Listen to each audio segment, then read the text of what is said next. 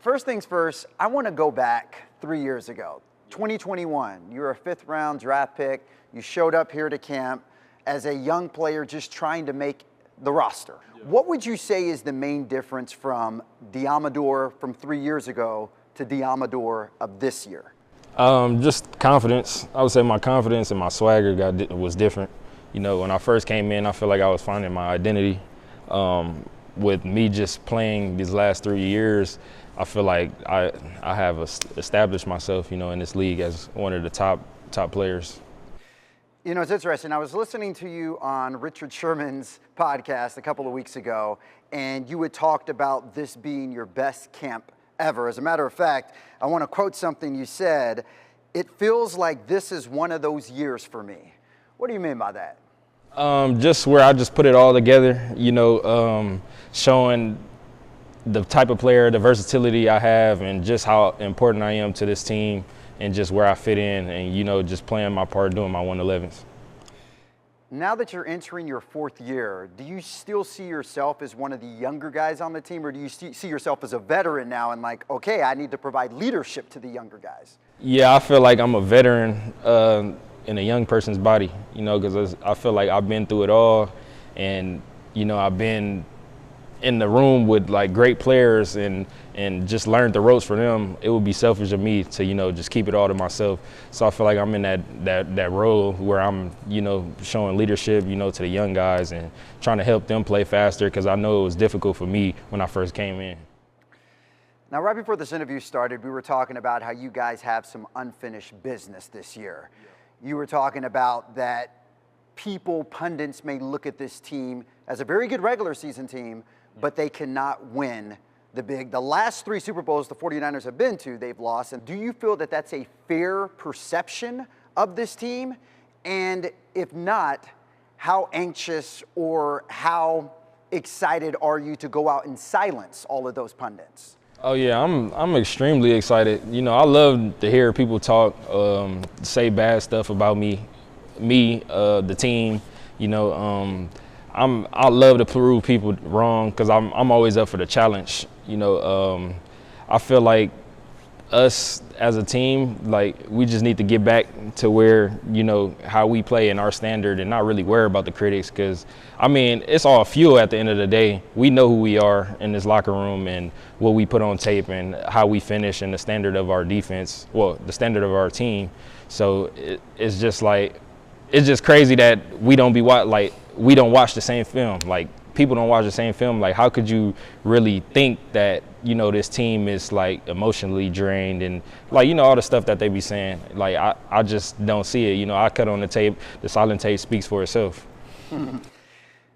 It goes without saying that there's a lot of pressure on this team for this season. You guys are the defending NFC champions. You literally were minutes away from winning a Super Bowl back in February, not to bring up that memory. But when you look at this year with all the expectations and pressure that has been put on this team, how do you embrace that?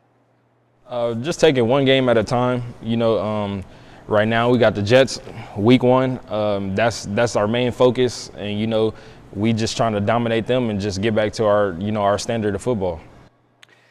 Is there any one receiver in the NFL that you would take pride in shutting down? Yes. I mean, he's the best receiver in the NFL. Well, he's paid like the best receiver in the NFL, Justin Jefferson. I mean, I give a lot of credit to him. I feel like he's a great player.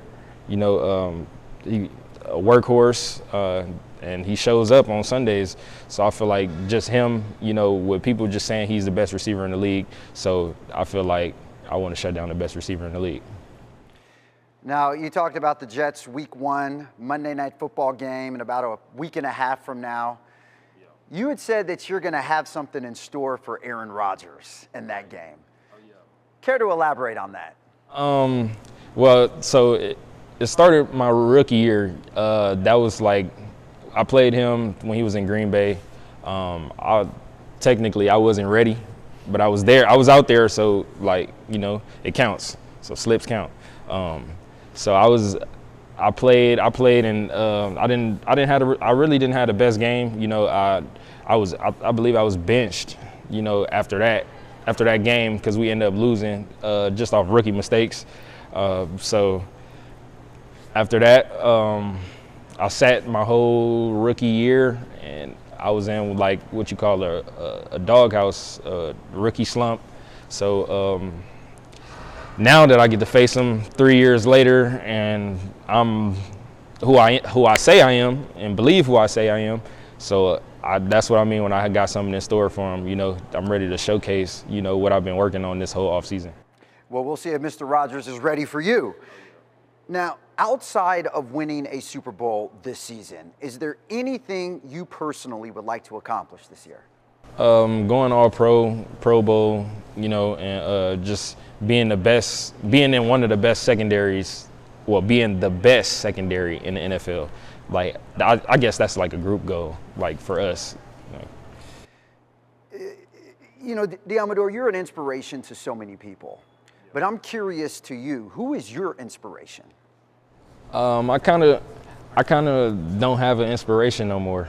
You know, I feel like when you inspired by somebody for so long and then you surpass them, it's like who am I inspired by now? Like once I reach that level, you know, who am I inspired by now? So I kind of just, you know, inspired by myself. Like, you know, just push myself through. I put myself in the toughest, you know, situations just to show what kind of man I am and, you know, how I overcome it. So it's safe to say the guys who you previously looked up to or inspired by, you surpassed them. Yeah, and like everybody's on the menu. That's just it. Like, it's no, like, I feel like we're all on the same level now. You know, I'm 4 years in, and now we're competing. It's competition. What advice would you give to another fifth-round pick coming into camp, knowing that they're trying to make a roster spot? You were able to do that. You were able to shake off some adversity early on, like when you said when you were playing Rodgers when he was with Green Bay a few years ago. Yeah. You were able to shake off a lot of early adversity. You were able to come in as a fifth-round draft pick and not only earn a roster spot, but were able to start. What advice would you give to that next young person who comes in and is just trying to make a name for themselves? Two things, really, just mindset and your confidence. You can't never let your mind slip away and think that you're not that good. And then your confidence, you know, you always got to have confidence to line up, because there's going to be some days that you're going to have bad days, but just make sure your bad days don't carry over to the next day and the next day and the next day. And then my last thing for you, if you were to describe the 49ers secondary in one word, the 49ers secondary is? The 49ers secondary is heroic. I would say we got at every level, every position in the secondary, you know, we got a guy, you know, to where like somebody is going to make a play.